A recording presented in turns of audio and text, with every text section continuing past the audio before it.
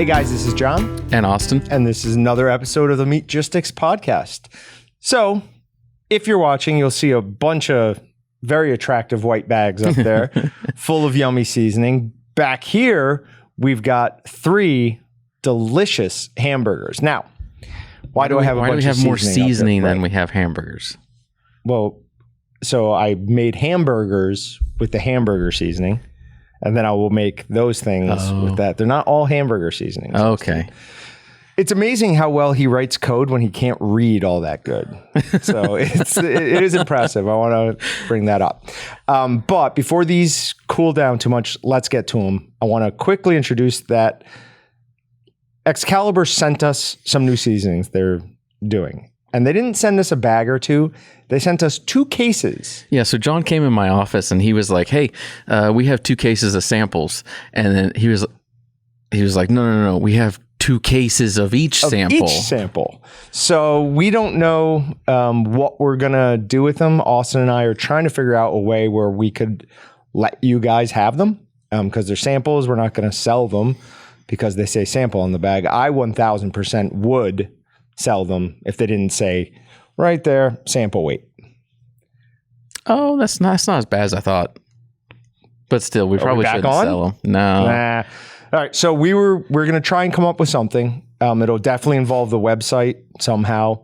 We'll have them up there in a specific place for a while as free items. So only people who either listen to the podcast, follow Meatgistics during your next order, you'll be able to throw 1 or 2 of them in your cart at a $0 cost. We'll probably do them as we review them. So the first ones will be the patties. So we've got 3 different ones. We have Bavarian Oktoberfest patty.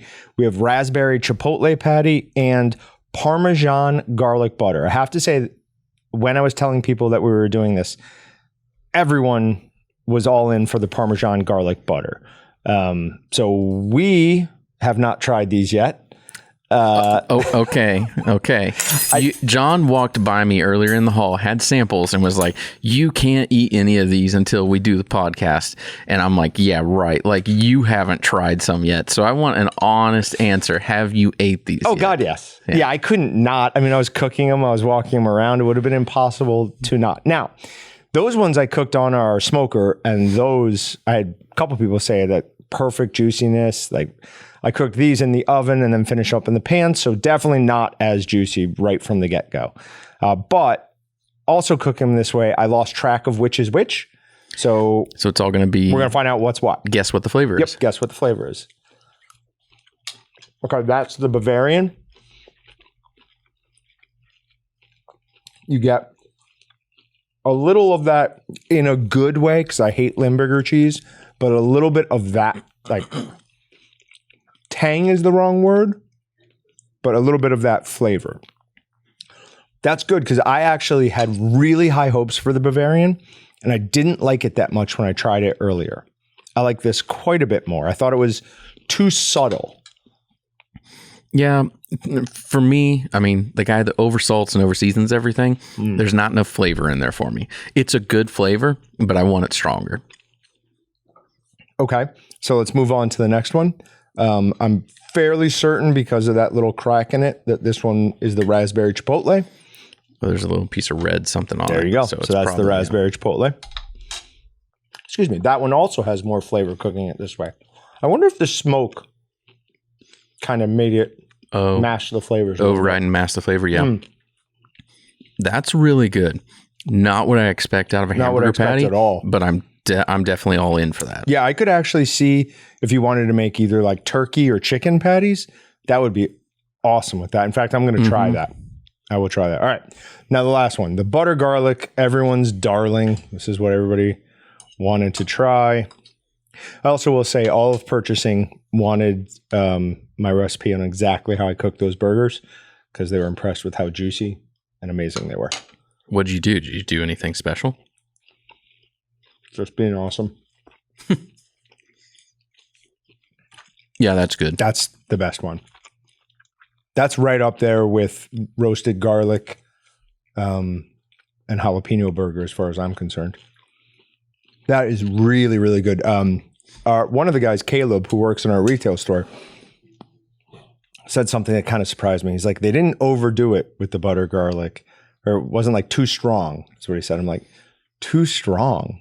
Like butter garlic, too strong? I asked him, do you find mayo spicy? And he was like, no, sometimes they overdo it with the butter garlic flavor. And I was trying to think of an example of that, and I think I do have one. Cosmos Q's wing shake Parmesan garlic is that. It is too strong. But this is perfect. Really, really well. You get a little bit of the Parmesan. Parmesan can be kind of a hard flavor to nail unless you're eating like Parmesan wheel cheese. Yeah. Like the Parmesan Kraft, that sprinkle on cheese. That stuff really doesn't have much of a flavor. In fact, a lot of it is cardboard. I don't know if you remember that from. Yeah. It depends on how much you use. Like I do like that just on pizza. Most often, obviously, but I put like a solid like quarter inch over everything, and then it's like, okay, yep, you can taste it. But if you just kind of sprinkle it on, not the same. If you take like real Parmesan and grate it, much stronger. Oh yeah. The real Parmesan has a totally different taste than like the Kraft stuff. And that's not knocking the Kraft stuff. I literally always have a container of that at my house. Usually I have 2 in case I run out of one. And I'm almost like that, like you are with salt. More of that stuff better on almost everything, which is odd because you're the one who likes to use more cheese in their sausage than I do. So, don't know. But all 3 of them really good. I would say the Bavarian has an identifiable taste, but it is more subtle. The raspberry is super interesting. I don't think beef is what it's going to end up being best with. To me, it felt like more of a sausage flavor. And it is a sausage flavor. Yeah. Raspberry chipotle. Mm-hmm. But I don't know. They're each unique and different in their own way. My only complaint is I'd have a salt shaker on hand. Of course you would. Add some extra. Of course you would. Real quick on the raspberry, and then Parmesan garlic the best, right? Oh, yeah. Yeah. Mm-hmm. Not even particularly close. 2 quick stories because we talked about things that always make me think of these. The raspberry chipotle, I had your brother, when I first started working here, he was making sausage one day. I wasn't even here that day. I was gone. And I asked him to make me a batch of the raspberry chipotle sausage. And he said that was the worst seasoning ever for getting up in the air and breathing it in. So I was expecting that. I had Flip in here yesterday at the end of the day. And like, I was like, oh, this is going to be terrible. So I opened the bag and it was like huge letdown. No, coughing, no wheezing. And then the other thing, because I brought up mayo being spicy, I always have to tell the story anytime. The best YouTube comment we have ever had, hands down, was you and I did a chorizo video and came in one day and there's this comment from, I can't remember her name.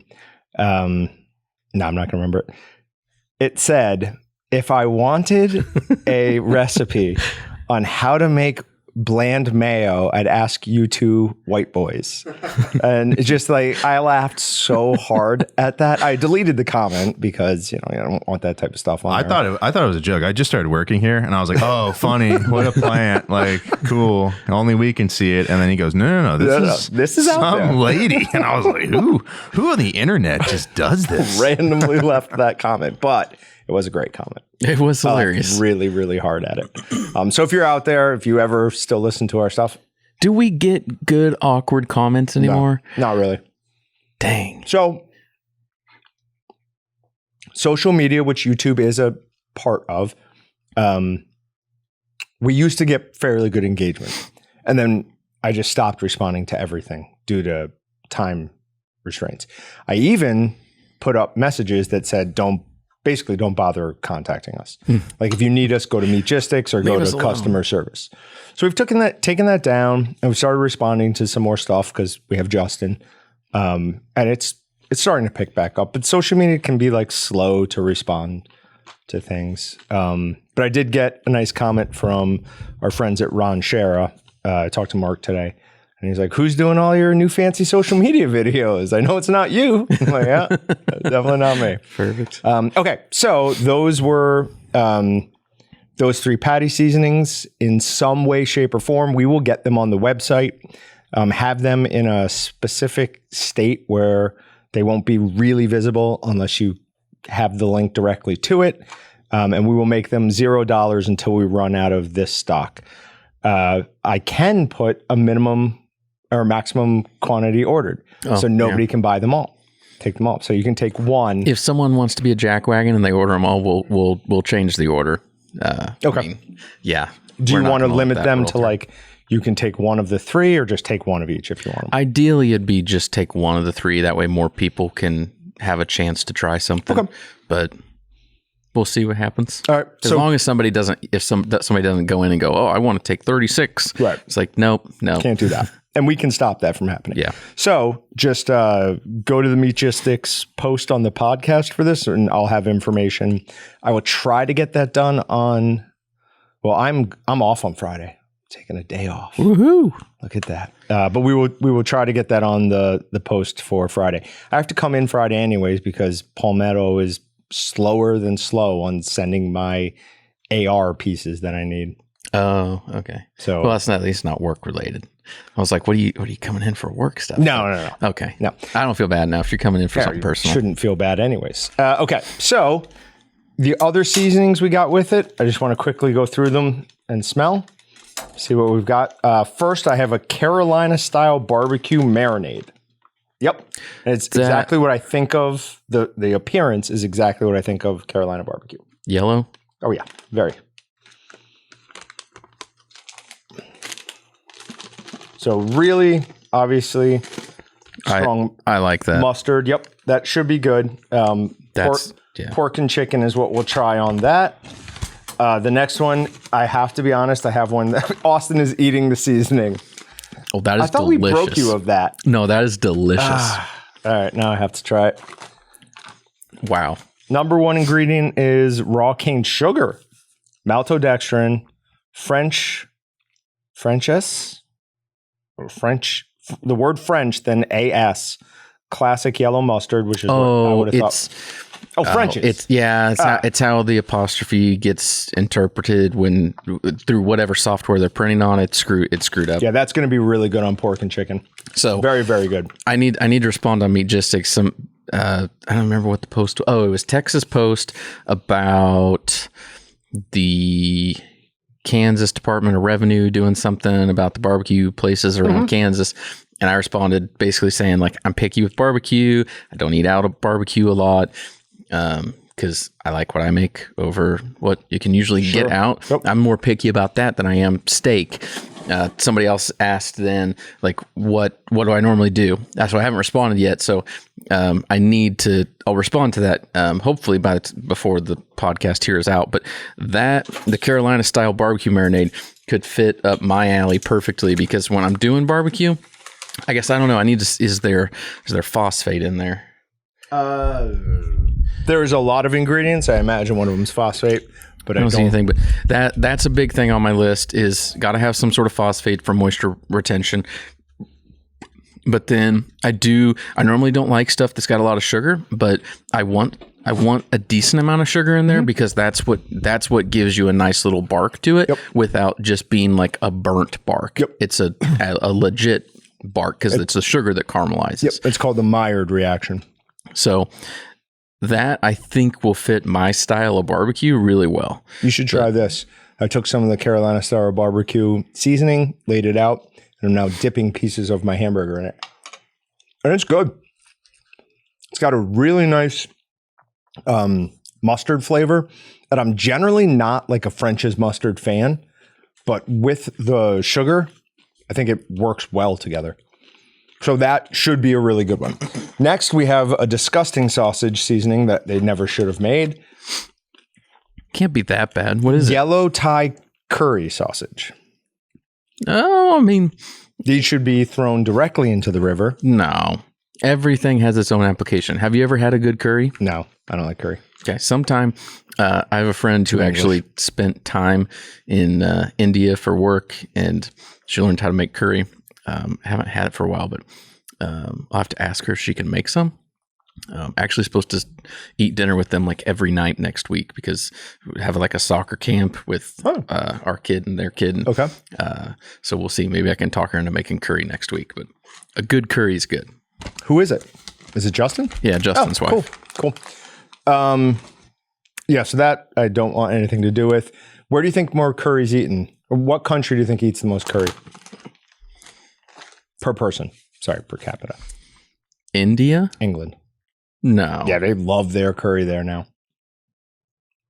Well, I don't know. They have terrible cuisine there. Because India used to be like a colony. That's how it got brought up into there. Interesting. Yeah, they eat a ton of curry.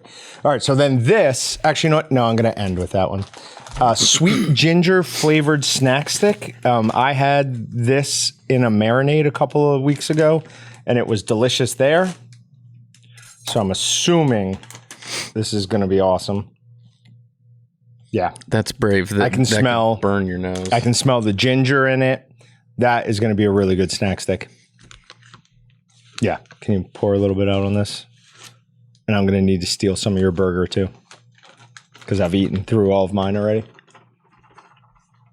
Oh, yeah. Oh, yes. That's the stuff. Were you a fan of Parks and Rec at all? Oh, I mean, yeah, but I don't watch it a lot. Sure. But I've seen maybe a season's worth of it. Okay, so I love the character Andy, and in a behind the scenes thing, they talked about how he was getting fatter. Part of that reason was because when they were doing anything, like when you're filming a TV show, they have spit buckets for both drinking and eating. So you like take a bite and then you spit out because you have to do so many takes that they said he would never spit anything out. He would just eat it no matter what. And that is fairly I am similar to that. That's awesome. Yeah, that is awesome. I love that. That will be good. That has some heat. I love ginger. The crystallized ginger candy. Oh, yeah. I can't have that stuff around because I will eat all of it. Surprisingly, the label's fairly clean. For some reason, I expected that to be a non-clean label. The Carolina style barbecue marinade. That has a lot more. Pretty busy label. Yeah, pretty busy. Oh, okay. So then the last one is this. There is no way this can be bad. It is buffalo wing and ranch flavored sausage. Oh, I'm in. Can't be bad. Now, I will say, there's usually nothing from Excalibur that I hate. But there's some things that you don't. It wasn't the flavor profile that I was exactly expecting and going for, but it was still good. Like their hot buffalo wing brat is good, but I feel like it could be. It would be, if I did it, it would be a little bit different. This might hit more up that alley. They also have a marinade that's like that, and I'm 100% in with you on that. Their buffalo something marinade. It's just not how I would have done it. Now, they're the experts, but... That's one of those things, though, that buffalo, hot sauce, things like that, it's so different across different parts of the country, though. Yeah. So It should just be Frank's. Just make it Frank's. I'd rather do Cholula. I'm a Cholula person. No. Okay, try this. Are you eating all my hamburger? I've reached across the aisle. Oh, yeah. It's got a really good ranch zing to it. Oh, that's amazing. That is going to be awesome, too. Wow. All right, so we've got some stuff to do. Oh, and then it kicked. It's got some heat. At first, I was just like, ranch, that's good. And then all of a sudden, it hit the back of my throat. And it's not overly hot, but it lit up. It's got, yep.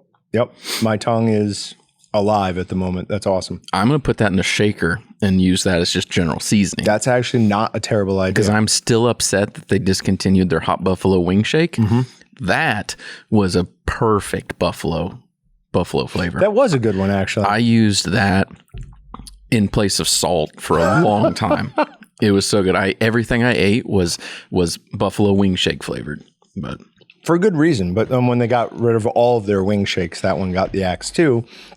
I expected them to do that one and the salt and vinegar as a regular shaker, because from the beginning we both said it's a mistake to call this a wing shake because you're going to limit what people are going to use it on just by the name wing shake.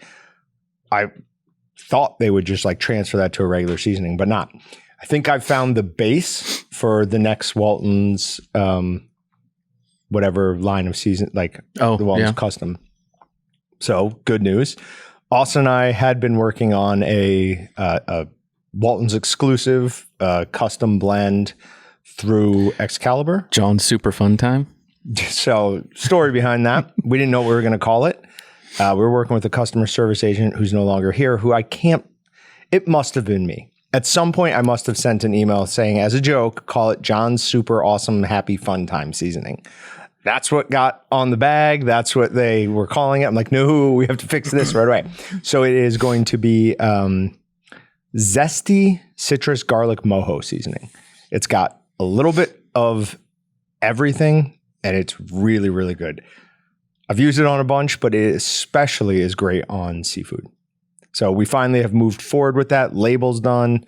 Order process is about to begin.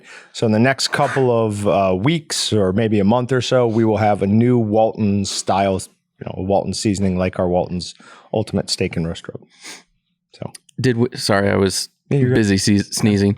Did we get our issue there figured out and is it ordered, or we still got to do that? No, Dylan has gotten past all that. Okay, yep. Sweet. So that should be coming out fairly soon. A couple other things to talk about. Our 20 and 30 pound electric sausage stuffer video went live right before I came in here. When I went back to my desk, I posted something about it on Meatgistics real quick.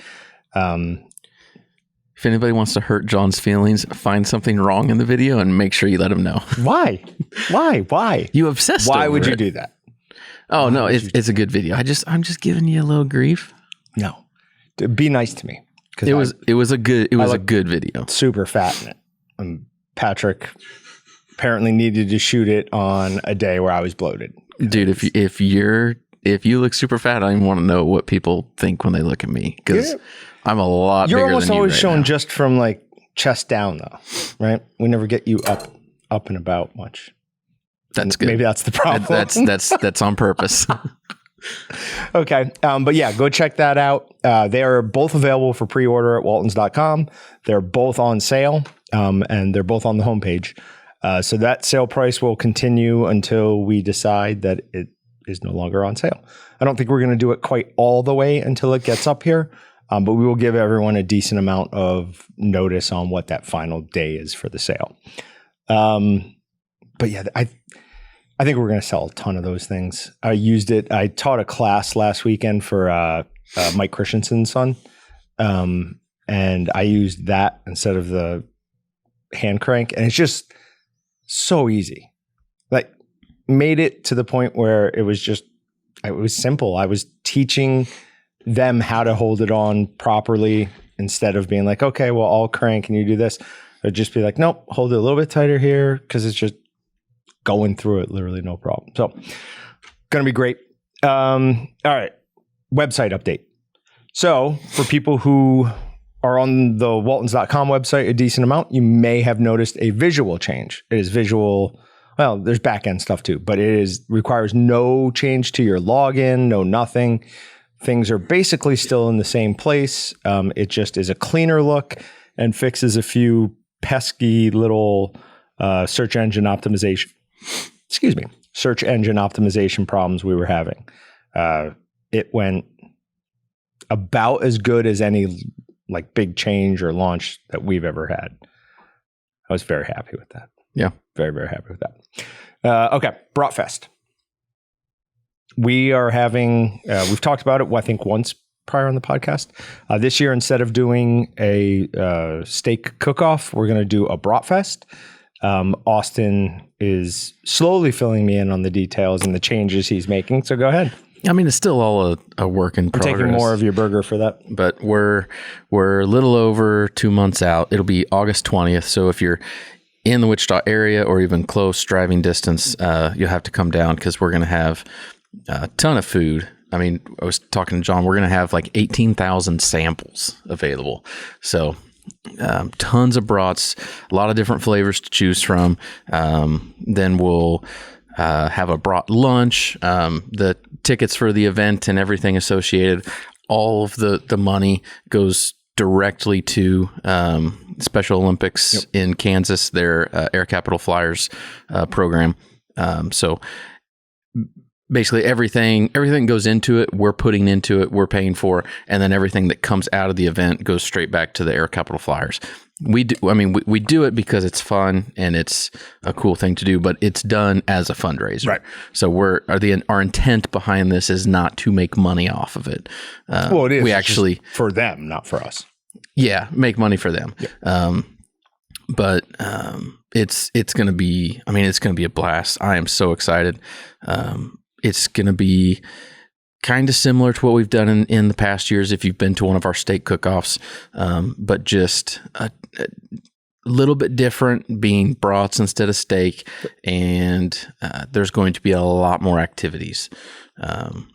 We're still working on our total layout and exactly how it all is going to work, but instead of doing it in the parking lot when it's 100 degrees out and everyone's baking, we're going to do it in the empty lot next to us. Yep. We didn't used to own the empty lot. Now we own the empty lot. So we're like, well, if we own it, we should use it. So we're trying to figure out how all that's going to work and where we're going to set things up. It's a radical idea, parking in the parking lot and standing on the grass.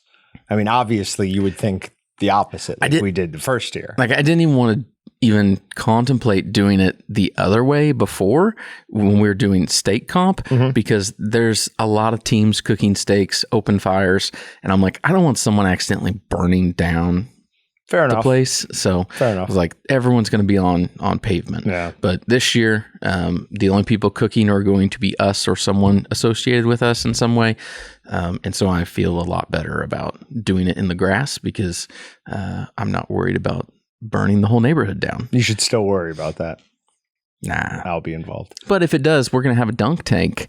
So we'll have plenty of water to put out any fires. And we're going to, the fire department will be here. So they'll assist. They'll hook up to the nearest hydrant and help us out. If needed. Yeah. It's kind of cool, but between the fire department, talked about before, the MRAP vehicle, and hopefully some other fun vehicles from some of the law enforcement places around. We'll see what we can get out here. But all of them are like, okay, we need an escape route. We need a way to get out.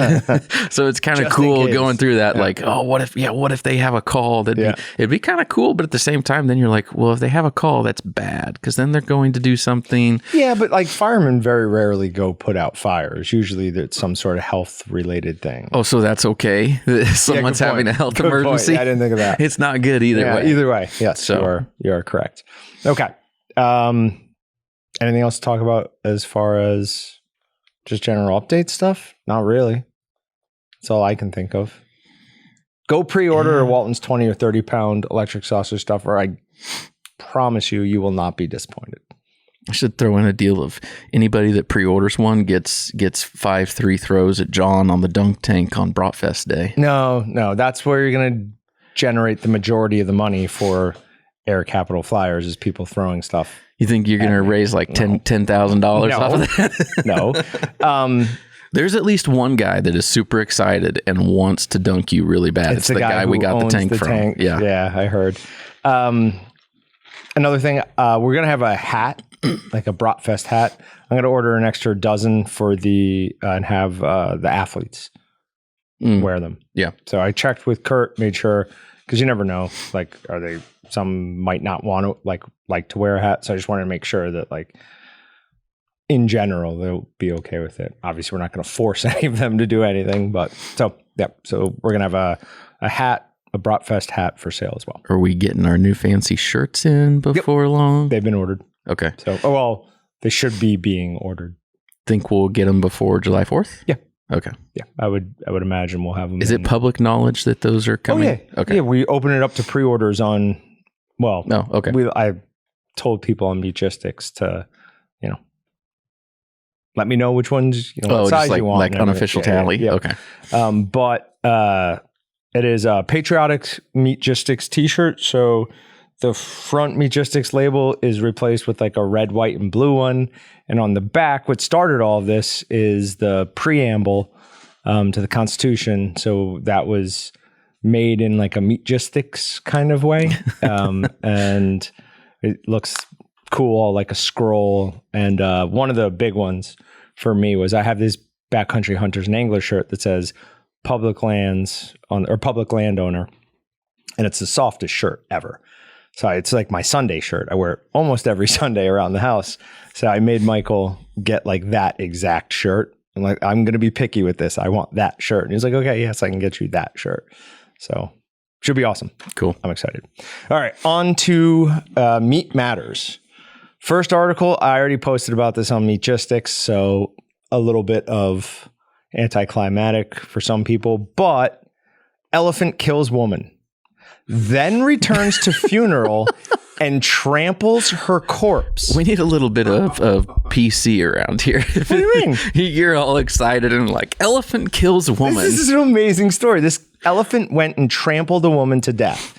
Then, when the villagers were getting ready to bury her or burn her, whatever they were doing, the elephant came into the funeral, grabbed her body, stomped on it more, and then with its trunk threw the body into the woods. What did this woman do? Yeah, those things have a great memory, right? So you can't. Yeah, it's not like his. I'm not ruling out coincidence. What if it's a different elephant? I love how they're like, oh, that's that same one. The same elephant. Well, they say elephants have great memories, right? Exactly. What if it's something super petty, like the woman didn't let it cross the road when it was a pup elephant? Oh man! And it's just like, oh, I've always hated you. Something rough. I guarantee she's probably. Whatever she did, someone's done less to an elephant and lived. And been fine. I have a problem with it. Sure. This elephant definitely went a little overboard. But it's like Taken, but for elephants or something. So I found it funny. All right. Beyond Meat stock jumped 11% on Wednesday. So I found that interesting. I don't know if you've been paying attention, but prior to the Federal Reserve's announcement, the NASDAQ at least was somewhat slowly climbing. General stocks were up 0.8%, and Beyond Meat jumped 11%. Now, the supposed reason for that is expanding its distribution for its value packs. So those value packs are going to go to more states, more stores. I don't know. I see that as maybe people looking at meat shortages coming up and kind of hedging their bets on that. There's a new Impossible Burger at Applebee's, by the way. Have you had it? No, I just looked it up. I was like, why would there be an increase in something? But anyways, I was at Applebee's, but saw it on the menu and just lifted up my nose, curled it the other way. Said, oh, how dare. Too good for you. How dare they? Yeah. I don't get it because they are, I mean, it's just all I get it. It's all speculation, but in the article, it talks about that the company in the most recent quarter posted a 92% net loss. Mm-hmm. Like, that's not good. That's not good. How do you have the stock go up at all? Like, I don't get the whole. I understand speculation, but I don't get it. Is there it seems stupid to me. I can't think of a example of this. Something like this happening before. Like the closest I can think of, and it's not similar at all, were Beanie Babies. Where like rise and fall. Yeah. Just huge and then gone. And then all of a sudden it's just worthless. It's probably about to be crypto though too. Yeah. Yeah. I mean, there's an argument there. That's actually, that's a better one for Beanie Babies. But no, this is not financial advice, but I'm not selling any of my crypto. I live and die by the headlines of those, so I have no clue besides whatever the talking point is. Okay. Next story is from the University of Minnesota, and I found this fairly interesting. It says 1 in 5, and we're not going to be able to read the whole article, but we don't need to. 1 in 5 Americans prefers plant protein over animal protein. You mean what's another way to say that? 4 out of 5 Americans like meat more than plant protein. That's just, do they really prefer, or are they just virtue signaling? They're just on the don't ever watch TV. Vegan route, and so that's maybe not. Is it what they prefer in flavor, or just what they prefer to eat, and they just refuse to eat the meat? Because if I'd look at it and go, it really should be like a blind taste test and be like, which one do you prefer?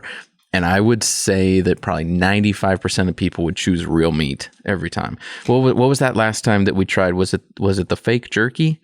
that we spit out? It was beyond meat. It was teriyaki. My wife saw that in the store the other day and was like, "Oh, look at that!" And I'm like, "No, I just had that." I'm like, the texture's great, but I spit it out because it was disgusting. Burn it to the ground. I still have to go see if I can find other flavors of that because, like Austin just said, the texture was really good. Like they did a good job making that. It's just the flavor was no good. But yeah, I just found it funny, the framing of that article. And I would hazard a guess that if you took out ethical concerns, it would be way closer to like 99.9% of people. Even, my wife, when she wasn't eating any meat, would look at like meat I was eating and be like, "Oh, that looks really good." Because it's better. It's better. And I'm never going to stop eating it.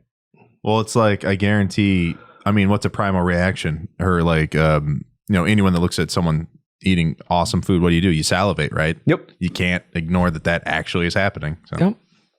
Yep. This is man guilty of attacking wife with meat cleaver on Christmas Eve. I can guarantee you he did not use the Gladiator, because had he used the Gladiator, it would be Is this an murder. Endorsement for Dalstrong? No, just in general. No. Don't use your Dalstrong for that. Also, I want to talk about the fact that neither one of you noticed this pin I'm wearing. Does it say I'm a princess on it? It does not say I'm a princess Can't on even it. see it. What is it? It says Dalstrong. Oh, It nice. can't. You get one of these if you buy the Shadow Series tuna sword. We're not special You're enough. not special You're enough. a 1%er. It was actually really hard to get on. I think I broke it getting it off. I did. Can't even see it. It's so big. Dude, it's blocked by your laptop and How microphone. can you not see it? It's so huge. Wait, that's a Freemason pin. What is that? That is what I thought initially. Dude, from I'm this like, it far looks away? like a Freemason From pin. this far away? But Yeah. no, it's just a Dalstrong. It's their lion with two knives going up. Then we've got an article from Los Angeles. We have a letter to the editor, so I'm going to read part of the initial, and then I'll read the letter to the editor. So it was on good riddance to Farmer John's Slaughterhouse. Now let's eat less meat. It is interesting that the Farmer John Slaughterhouse in Vernon, southeast downtown Los Angeles is considered an iconic building. Despite the foul odors emanating from within, it will be missed by some. I wonder if it would be missed as much without the mural of all the cheerful pigs, which could not be a more inaccurate representation of the building's purpose. As silly as the mural is, it serves an important function. It distances us from the reality of what happens in a slaughterhouse and from the uncomfortable thoughts that we repress when we eat animals. A more humane way to deal with these unpleasant thoughts is to eat less meat. Every time I read anything like this, I make another vow to myself to eat more meat so that whatever this person's crusade is having zero effect. It drives me nuts. It's part of the whole thing we talked about last week with the study from Kansas State, where if you tell people not to do something that they want to do, they're going to do it more just to spite you. And that is very much the attitude that I'm currently in when it comes to any of these meat things. But the letter to the editor said, the issue is the 1,800 to 2,000 workers who may soon lose their jobs after owner Smithfield Foods, owned by China, shut down its Farmer John meatpacking plant. We have another prominent business set to leave the state, and our government officials remain quiet. Is it any wonder that Californians are migrating to other states? The high cost of doing business in California has also prompted the departures of Nestle USA and Oracle. The good weather alone is not enough if you can't find a job. So, few things there. One, meat processing, as we talked about with Bill last week, is still an enormous part of this country's economy. And it is shunned and messed with at the, not beware, what is the detriment? It's a dangerous thing to try to mess with, especially for ethical reasons. Is that right? Ethical reasons? Is that what I want to say? ideological reasons. Like we eat meat. Humans have always eaten meat. We will always eat meat. So, I don't know. Yeah. Okay. Austin has nothing to add there. The only I feel like I'm doing most of the heavy lifting here. Sorry. So the biggest thing I have is like two of the comments in there is about like happy pigs and blah blah blah, and then it's scary at the slaughter. But the LA Times in the article has like a picture of the murals, and it's just pigs. Just pigs. They're not like depicted as like happy or angry or anything. It's literally there's grass and a couple pigs. So, I don't see the same thing. I think it's people trying to put their own projecting project into it. But talking about like slaughter and the pigs are scared. It's like no, the whole point when you're going through slaughter is to keep the animals not scare them, comfortable, calm. Like it hurts the meat if they have adrenaline pumping. It with pigs, it will screw up the pH level and it will mess up your sausage bad. Isn't that interesting? Recently, they've found that certain plants will change their chemical structure, their chemical makeup, and actually give off a different scent if you play the sound of a caterpillar eating leaves near it. Really? So you have that, and you have adrenaline spikes in, is it every animal? I mean, the only one I know of is pigs. I don't know for sure, but I think it applies. It would make sense that it's all animals, right? That is interesting. Like that's a last ditch pettiness. Like, you're going to eat me, but it's going to taste bad. Deal with this. It won't taste bad necessarily. It won't be good. It's not as good. Yeah, it'll end up being PSE pork. All right. I thought this was interesting. Inflation prompts some trading partners to cut tariffs. So it was Korea, Mexico, the Philippines, Taiwan, Brazil, and Vietnam have all either reduced or are flat out eliminating tariffs on trade with each other on meat and other food items. This isn't just meat, but I think it applies to a lot of things. But I think we could see a lot of reductions in prices if tariffs go away. I mean, just on the products we sell, there's a number of products that are inflated right now that would be a whole lot less if there weren't tariffs. Sure.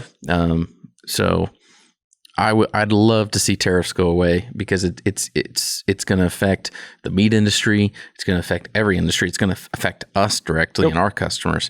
And all the money from tariffs just go to government programs. Yeah. Mm-hmm. So it's wasted. More or less, yeah. Except obviously for the money that goes to meat processing grants. That's obviously well spent. Of course. Okay. I found this pretty interesting. The tick-related meat allergy is on the rise in Missouri. Better we not share cross a border lines. with Missouri. Yeah, better not come this way. I hope we're doing something to check those ticks on their way in. I don't want to become Impossible Burger or Beyond Beef customer. So a couple of things. One, I would probably if I had to, but I don't want to go there. I don't think I would. That would be interesting. If I couldn't eat meat, what would I eat? If I couldn't eat meat, I would. I mean, I love meat. I would still want as close to it as I could get. I'd eat it. I'd probably go to mostly like, I'd put on so much weight. I'd eat so much pizza. It'd be insane. Pizza and pasta. That'd be all I'd eat. I'd weigh 40 more pounds. You're not going to be able to eat like a pepperoni. You're going to eat a margarita. Right. But that's fine. I mean, it's not as good, but I'd be okay. I just don't want to eat salads all day. Yeah. Who does? So if I could eat pizza and pasta, I'm in. Yeah. So I'm going to get fat. But one of the interesting things we've talked about in the past, but AlphaGal is not hey, now you're allergic to this for life. It is a temporary thing that I think they say generally lasts between 6 to 18 months, which would not be fun. I'm not saying that that's not serious. They also are working on certain pigs that can be eaten by people who have this AlphaGal allergy. It's pigs that are being bred for human organ transplants. They give it something to prevent the human body from rejecting the organ. And that, whatever they do there, also makes it so that people with AlphaGal can eat that pork, which I found fascinating. But here's something I found even more fascinating. It apparently can be treated with over-the-counter antihistamines. Really? Yeah. So just take some Benadryl and you won't be violently sick every time you eat red meat? That'd be interesting. And it's almost worth getting it for. Like, let's go find some ticks. What are you laughing at? You're the test subject. I see that real bad this year. It's certainly not going to be me. You don't have to go far to find a lot of ticks. Yeah, that's actually true. So it says, the article from St. Louis Public Radio in here, it looks like they're interviewing somebody, and it says he started getting nauseated after eating burgers and other kinds of meat. Goes on. It makes him develop a fever, itch all over, and have trouble breathing. So it sounds like it like progressively gets worse, and then it probably starts to get better. Oh, as time, like you're not talking about, hey, 10 minutes after I'm this. 20. You're saying like a week after. Probably. Yeah. It doesn't really say for sure the timeline, but that's kind of what I'm getting out of it. So if all of a sudden you start getting like, feel like throwing up and stuff after eating a lot of red meat, that could be your early warning sign. Fair point. That it's coming, and next thing is anaphylactic shock in a week or something. Ugh. Next time you eat it. That's terrible and scary. Luckily, the light, fun part of the podcast is done, and now we're going to go to the scary stuff. The FAO Food Price Index. I don't know if people pay much attention to this, but it is very scary.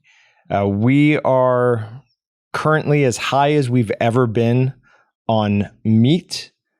We are higher than we've ever been on cereals, vegetables. Vegetables and oils vegetable oils. Sorry, we're the second highest we've ever been, and even sugar, we are just 1 point away from being higher than we've ever been. The food price index consists of average of 5 commodity group prices and indicates the weighted with average export shares of each of the groups. So they have broken out the last 2 years into months instead of just years because there's been so much fluctuation. But May of 2021, we're at 128.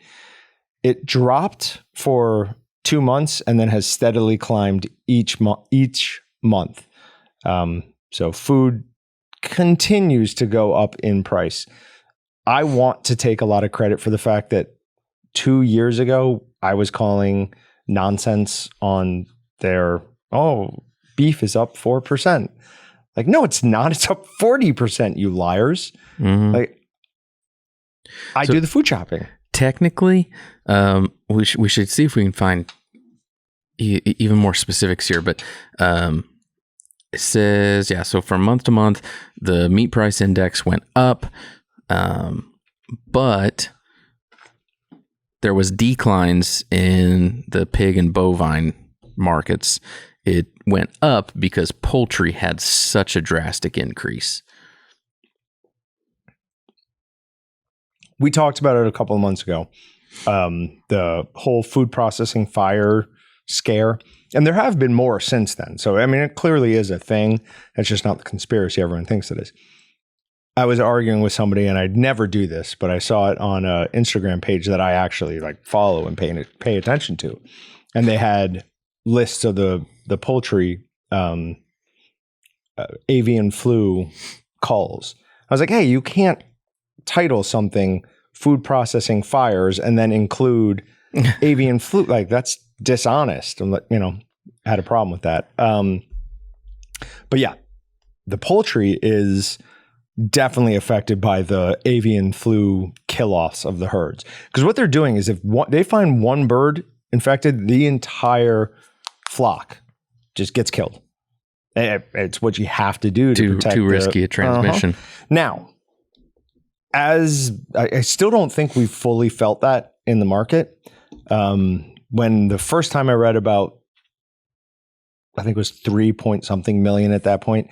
I joked around and said I was going to Dillon's and buying all of their. You still stockpiling? Yeah. Last week, I don't remember what it was, but something like ticked in my head, and it's like, you better go buy all the chicken again. When I did it the first time, and forgive me if these numbers aren't exact, I believe I bought the packages for $12 and went back a couple of days later to get something else and just looked, and they were like 15. When I bought them last time, they were all like 16, and went back the other day and they're up to like $18 per package. So if you don't have a deep freezer at home, I don't think you're paying enough attention to what's going on. You need a deep freezer. You need a vacuum sealer. What'd you say? My wife, I said, whoops. My wife and I keep talking about it, that we need a deep freezer. You don't have a deep freezer? Mm-mm. Huh. Most things, if I have things, like I keep stuff here. Right. We have a walk-in freezer. Yeah. But Sub-zero walk-in freezer. So. Yeah. But then, it needs something at home. I have a second like freezer, but it's just like the one a part of a refrigerator. Sure. I mean, it's not what we need entirely, but yeah, they sell them right across the street and that thing that used to be the Sears appliance. I think I bought mine for like $250. That's not bad. Yeah, they're not expensive, and it is stock full. I joke around with my neighbors all the time. I'm like, if everything goes to crap, I'm like, I've got you guys and my family for months and months and months. And then you're going to have to eat your neighbors when you run out. Well, that's the plan. You have to keep your food source going, obviously. You get them close. My wife gets so mad when I say that about Brutus. Oh, you fatten him up. Brutus is fat. Like we're getting him a little bit better, but he's an overweight dog. And every time I do it, I go, yes, get that marbling, and I massage him. She's like, you're not eating our dog. Like, oh yeah, I absolutely am eating our dog if it gets to that. All right, then the last thing, I found this little tool that will let you put in an amount and a year and then tell you how much the same amount of food you could get back then would cost now. Does that make sense? Yep. Okay. So it starts at $20 in 1913 as the year, and 2022 as the, obviously, like, now. Before you get going, my dad, something happened this weekend where he was forced to buy me a beverage at Quick Trip because he was paying for gas, and I threw it up on the counter. Okay, like a kid. Yeah, he goes, whatever. She rings up. He goes, how much was that? She goes, $3. She goes, $3? He goes, you ain't worth $3. He just all for like 10 minutes in the car. He's like, this used to cost this. This used to cost this. He goes, what's cost? He goes, it's a. I don't understand. He goes, you get 2 Gatorades for $4. You got one of those for $3. You're getting ripped off. And I was like, yeah, I guess you're right, man. But anyways, please continue. That's great. Thank you, Patrick. Okay, so $20 in 1913. Food prices are 2,881% higher now. So $20 back then, it would cost $576. Do college tuition next when you're. That's insane. Okay, so that's 1913. Obviously, that's a little bit insane. Good year. Let's go with 1979, year of my birth, and calculate inflation. It is 270% higher. So $54. So that is slightly more reasonable. If we go to 1990, 123% more. So in the last 30 years, food costs have more than doubled. That's crazy. Yeah. I mean, wages have not doubled. No. I mean, I wish I knew what to tell you, but I don't know. I mean, yeah, it's crazy. It's honestly every time we go to the grocery store, it seems like it's just more expensive. So I am now known at this Dillon's. I would bet that you'd have a 50% chance if you asked any of them, hey, do you know a guy who, when he checks out, tells you not to give him the receipt and not tell you the amount? They would at least know who they would have heard about me. Because I was in the line the other day and I'm checking out And I go, and just one more thing. She goes, oh, you're him. And I'm like, because I hadn't even gotten it out yet. She's like, you're the one who doesn't want to know the amount. And I'm like, yep, that's it. She's like, I'll throw out your receipt too. Like, I was like, yeah. Because it's just, you need it. I'm going to pay for it, obviously. Like, but you can really, really see, like, there is, without a question, at least increased focus on people who are trying to return to more of a, I control my food source. For me, you have people increased interest in hunting, way increased interest in homesteading. And it seems like more and more people have chickens, even in neighborhoods where you wouldn't expect chickens to be.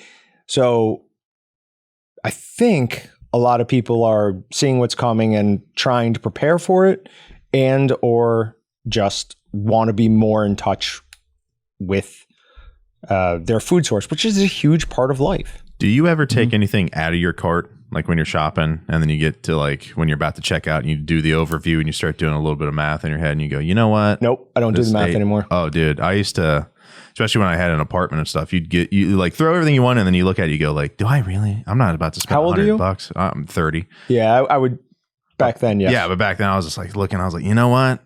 No, I mean, I've been so mad at places. I don't think I've ever like completely bailed on the cart, but there's been a handful of things I go, what am I doing? I don't need, or like I'm planning for meals that I know is just going to be leftovers and eventually thrown away the next week. So it's like, you got to just do that little mental tussle. But we talked about on this podcast, like the few times where I actually like put a steak back down, had it in my hand on its way to the cart, saw the price and went, no, I can't justify that.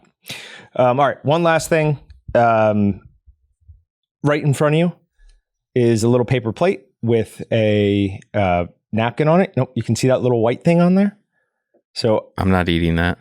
You are not eating that. Correct. Okay. Well done. This is just to point out to any of our commercial customers, this is a great example of why you should be using a bone collector system.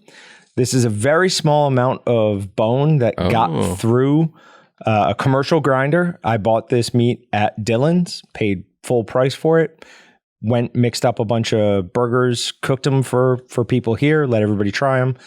And somebody had that in their burger. They said they initially thought maybe it's just a piece of gristle, tried to bite down on it more, and they're like, nope, that's bone. Yeah, that would not have been pleasant. Yeah. Luckily, well, I don't know if luckily, she set it aside because when I heard about it, I was like, ooh, do you still have that? Because I'm having Justin take pictures and be like, hey, this is why you should use a bone collector system. So just another note. I'm not going to complain about that, but I'm sure there are consumers out there who would go back to the store and pitch a big fit. Mm-hmm. Yep. So that's crazy. That's crazy. I mean, that's a nice little chunk. It's not small. It is not a small chunk of bone at all. Like that would scratch up your throat going down pretty bad. And then your insides too. Yeah. So definitely something to think about. They make them for 32 and up. I don't think they make a bone collector system for a 22. So I'm pretty sure it's 32. Anybody that's doing something commercial should have a 32 or bigger anyways. So it depends on the amount they actually grind, right? Yeah. Oh, we're going to do, Justin, Patrick, and I are going to do some pet treat stuff. We're going to work on like what we can use here. Yeah, the email for that one was kind of funny. The way it was worded, I was like, I go, dude, we're not eating dog. What are you talking about? Because what are you guys thinking? I got dog. I'm going to do this equipment. And you had a whole list of seasonings. And I was like, okay. Oh, pet treats for the pets. Okay. Not eating the pets. But the jerky slicer blade replacement for the tenderizer is coming in. So we're going to do a bunch of stuff on not a bunch. We're going to do stuff on making jerky without a slicer. Because with that, you don't need a slicer. You just cut it up, put it right through there, and you're perfectly fine. And just being honest, the slicing is generally the hardest part of making jerky. Because you got to get the meat just to the right temperature for it to slice evenly and well. And then you have to make sure it's set correctly. And I don't always do that.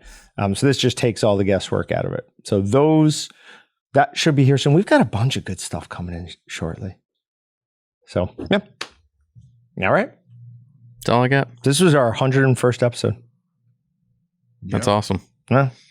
Our 100th was with Bill, so we didn't really do anything about it. But I thought it would be a good time for you to finally let me shoot you in the neck with the salt gun. No. I will let you shoot me in the neck after. No, that's just stupid. On that enormous letdown, thanks for listening. Check out the Meatgistics posts either Friday or early next week for information on how you can get one of those patty seasonings for free. We forgot in the intro, but remember to like, comment, and subscribe. Patrick, that is now your job. Okay. At the beginning of each episode to either do it yourself or make one of us remember. Well, to we say might be that. in danger of just having a new audio intro that takes care of that for us. So, Oh, okay. well, Yeah, since it's my job, we're probably just going to do that. That's the easiest way He to do doesn't it. have to do it every time. Right on. So he's fine letting us forget, but not if it's on him. All right. Thanks, guys. We'll see you next time. Thanks for checking out the Meatgistics podcast. To shop everything but the meat, head on over to waltonsinc.com. And to get your meat processing questions answered by experts and enthusiasts alike, head on over to our online community at meatgistics.com. Walton's, everything but the meat.